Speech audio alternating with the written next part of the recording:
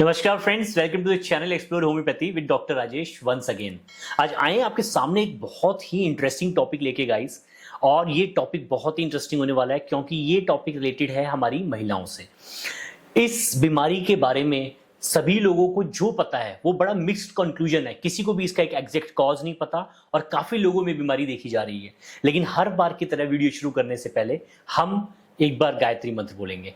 ओम भूर्भुवस्व तत्सवितुर्वरेण्यम भर्गो देवस्य धीमहि धियो यो नः प्रचोदयात्। जी हाँ दोस्तों, जो आज का टॉपिक होने वाला है वो बहुत ही इंटरेस्टिंग है और इस टॉपिक का नाम है पीसीओडी या पीसीओएस। फुल फॉर्म इसकी बनेगी पॉलीसिस्टिक ओवेरियन डिजीज, या आम लैंग्वेज में अगर मैं कहूं ओवरीज के अंदर सिस्ट का बन जाना।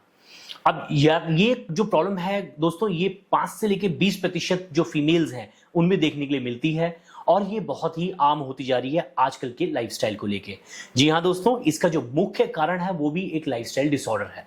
अपनी वीडियो शुरू करने से पहले मैं आप सभी से एक रिक्वेस्ट करूंगा कि आप इस चैनल को सब्सक्राइब कर लीजिए, ताकि कोई भी नोटिफिकेशन अगर आपको आती है तो आप उसको जाके देख सकें, वीडियो देख सकें, कोई भी नई वीडियो आती है। क्योंकि हमारा टारगेट ये है कि हम आपको आने वाले महीनों में काफी ज्यादा एजुकेट कर सके बीमारियों के बारे में और किस तरह से होम्योपैथी और लाइफस्टाइल से आप इस चीज को क्योर कर सकते हैं।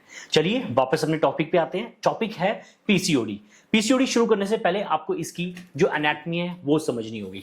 देखिए गाइस, ये आपके सामने फीमेल जेनिटल ट्रैक्ट है, तो इसकी जो एनाटमी है उसको थोड़ा सा समझिए आप। मैंने रफली एक रफ डायग्राम बनाया हुआ है, थोड़ा सा बेसिक चीजें आप समझ लीजिए। ये जो है यूट्रस है, ये योनि होती है सर्विक्स, ये यूट्रस आ गया, और यूट्रस के साइड साइड में ये होती है फैलोपियन ट्यूब्स, और ये होती है ओवरी। अब जो हमारा टॉपिक है आज वो ओवरी से रिलेटेड है, इसलिए हम इसी के बारे में बात करेंगे।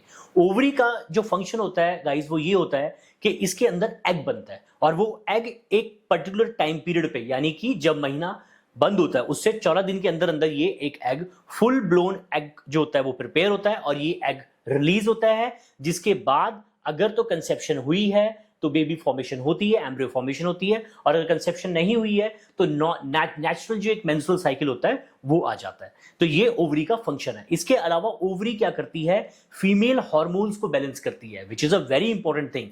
फीमेल हार्मोन दोस्तों एफएसएच, एलएच, ईस्ट्रोजन, प्रोजेस्टेरोन, ये फीमेल हार्मोन्स हैं जिसमें कि ईस्ट्रोजन और प्रोजेस्टेरोन का जो बैलेंस है वो ये ओवरी मेंटेन करती है।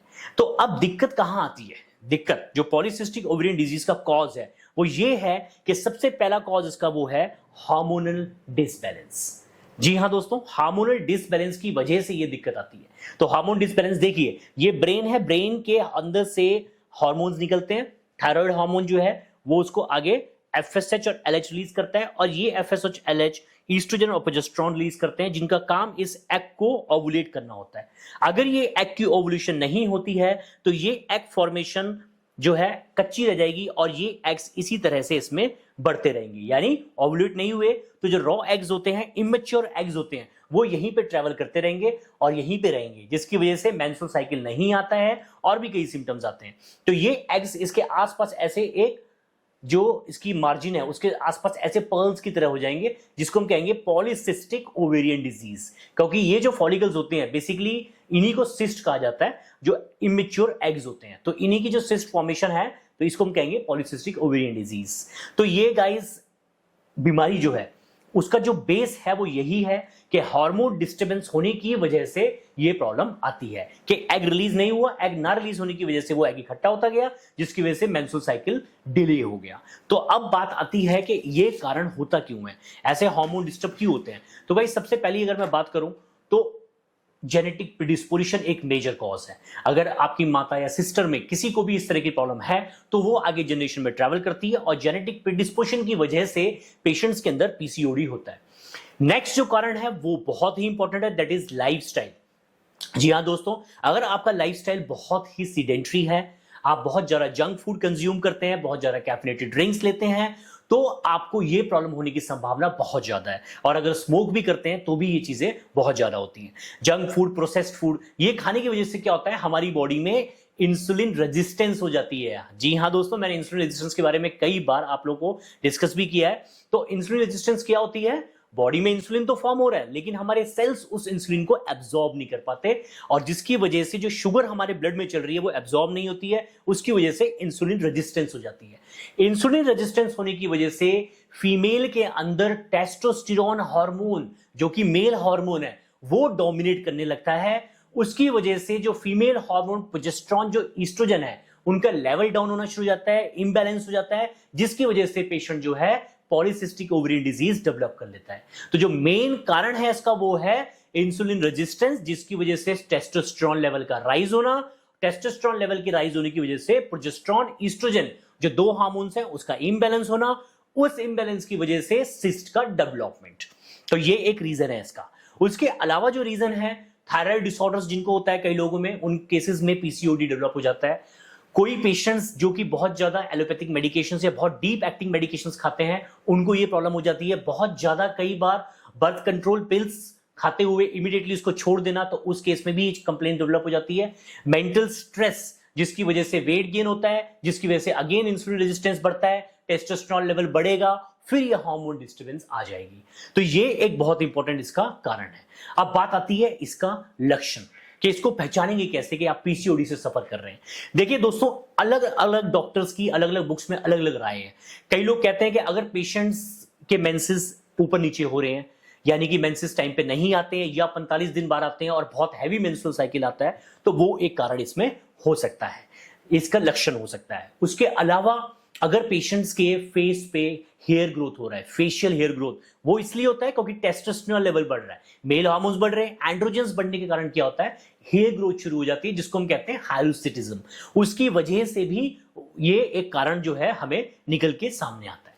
हाइरोसिटिज्म के अलावा पेशेंट्स के फेस पे कई बार पिंपल्स होने शुरू हो जाते हैं, एक्ने होने शुरू हो जाते हैं, और वो एक्ने ऑयली स्किन की वजह से होते हैं, वो ऑयल सिक्रीशन बढ़ जाता है, तो वो भी इसका एक मुख्य लक्षण है। पीरियड्स जब भी आएंगे बहुत ज्यादा पेनफुल होंगे, कई बार इतना पेन होता है लेकिन फ्लो नहीं होता। कई बार क्या होगा, पेन बहुत ज्यादा बढ़ जाएगा, फ्लो नहीं होगा, तो वो एक मुख्य कारण जो है इसका हो सकता है कि ये पीसीओडी हो। उसके अलावा वेट गेन होना जो कि एक विशियस सर्कल है। जी हाँ दोस्तों, अगर हार्मोन साइकिल आपका ठीक नहीं होगा तो उसकी वजह से मेंसेस नहीं आएंगे, मेंसेस नहीं आएंगी तो वेट गेन होना शुरू हो जाएगा, वेट गेन होगा तो इंसुलिन रेजिस्टेंस बढ़ेगा, फिर टेस्टोस्टेरोन लेवल बढ़ेगा, और ये एक विशियस सर्कल घूमता रहेगा, जिसकी वजह से पेशेंट रेगुलरली इस चीज से सफर करता रहेगा।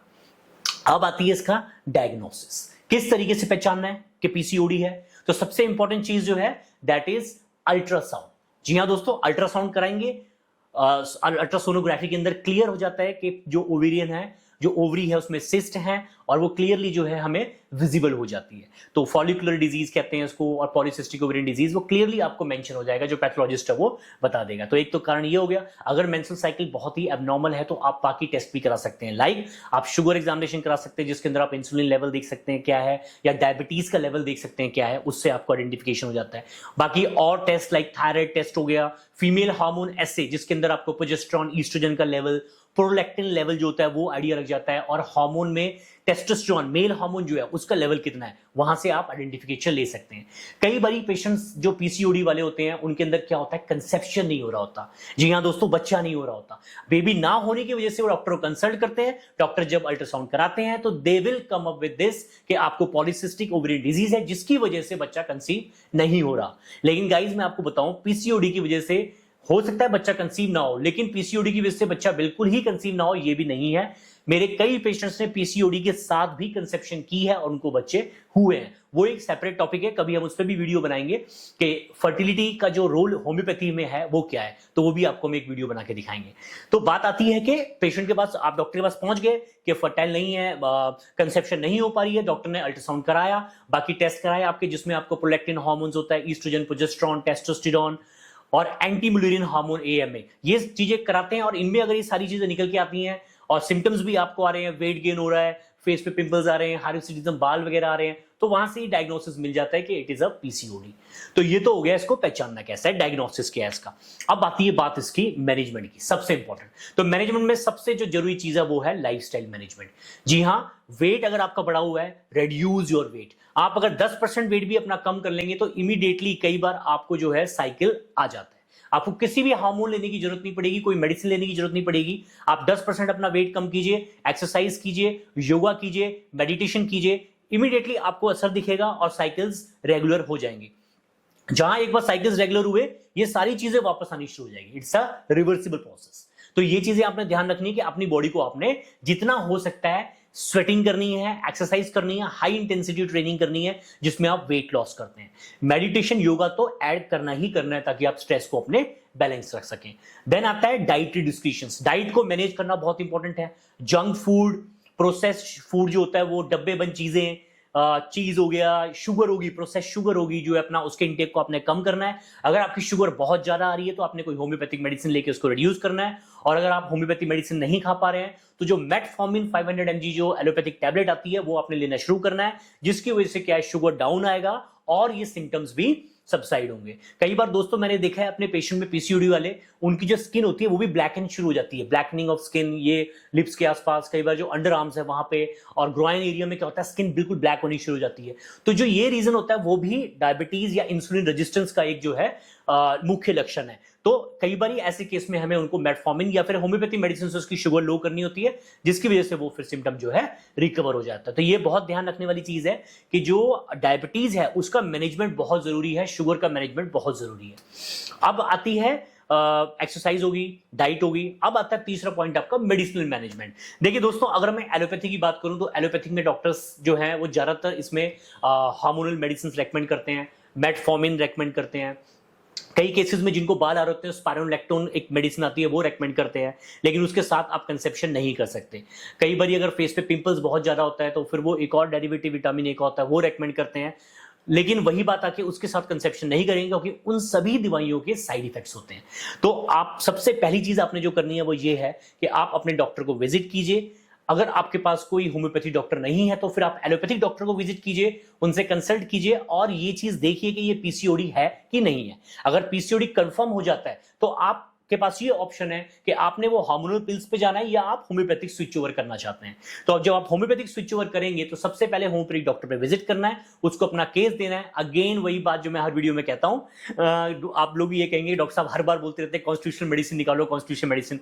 दोस्तों कॉन्स्टिट्यूशनल मेडिसिन बहुत जरूरी है होम्योपैथिक में, क्योंकि होम्योपैथिक में अगर आपकी कॉन्स्टिट्यूशन डॉक्टर को आइडिया है तो मेडिसिन बिल्कुल सटीक बैठती है और आपको इलाज भी परमानेंट होता है। तो सबसे पहले कॉन्स्टिट्यूशनल मेडिसिन निकलवानी है, देन उसके साथ में आपने क्या करना है, डॉक्टर को अपना सारा लाइफस्टाइल, अपनी डाइटरी चीजें जो है सारी बतानी है, फिर वो उसके हिसाब से आपको एडवाइस करेगा। अब बात आती है होम्योपैथिक मेडिसिन इसमें क्या क्या डॉक्टर प्रिस्क्राइब करता है। तो सबसे पहली तो जो है कॉन्स्टिट्यूशनल मेडिसिन है जो कि हर एक पेशेंट के हिसाब से अलग अलग होती है। तो उसमें तो हम बता नहीं सकते कि किसी पेशेंट की क्या क्या कॉन्स्टिट्यूशनल रेमेडी होती है। तो आप केस दीजिए अपना, आपकी कॉन्स्टिट्यूशनल रेमेडी सामने आएगी, उसके हिसाब से आपको ट्रीटमेंट मिलेगा। बाकी जो जनरल मेडिसिन हम पीसीओडी के केसेस में देते हैं, अगर मेंसेस नहीं आ रहे हैं तो पल्सटिला 30 या पल्सटिला 200 में हम देते हैं पेशेंट को, जिसकी वजह से कई केसेस के अंदर मेंसेस इजीली आ जाते हैं। आयोडम मेडिसिन आती है 30 में देते हैं, उस केसेस में भी ये ठीक क्योर हो जाता है। उसके अलावा argentum metallicum, bovista, natrum muriaticum, aurum metallicum, sepia, belladonna, ये मेडिसिन होती हैं जो हमारी फीमेल डोमिनेंट मेडिसिन होती हैं, जिनको हम पेशेंट के सिम्टम के हिसाब से देते हैं और बहुत जल्दी रिजल्ट हमारे सामने आ जाते हैं। तो आप लॉन्ग टाइम में भी ये मेडिसिन यूज कर सकते हैं। इसके अलावा biochemic remedies like Calcarea sulph 6x में, गन पाउडर, राइट, तो ये सारी चीजें आप यूज कर सकते हैं जिनसे आपको बहुत जल्दी इफेक्ट आता है। और इसके अलावा कॉन्स्टिट्यूशनल मेडिसिन के अलावा टिंचर भी डॉक्टर प्रिस्क्राइब करते हैं according to your condition. China Q tincture जो होता है वो भी आप ले सकते हैं। इसमें थैलेस्पी बरसक पेस्टोरिस आती है, अगर मेंसेस बहुत ज्यादा हैवी आ रहे हैं तो वो थैलेस्पी वाला टिंचर यूज करते हैं। चियोनेंथस क्यू जो होता है वो टिंचर यूज करते हैं। तो इसमें डिफरेंट वैरायटीज भी है हमारे पास। तो ये एक कैटेगरी होती है जो आप यूज कर सकते हैं। तो इट्स ऑल अबाउट पीसीओडी।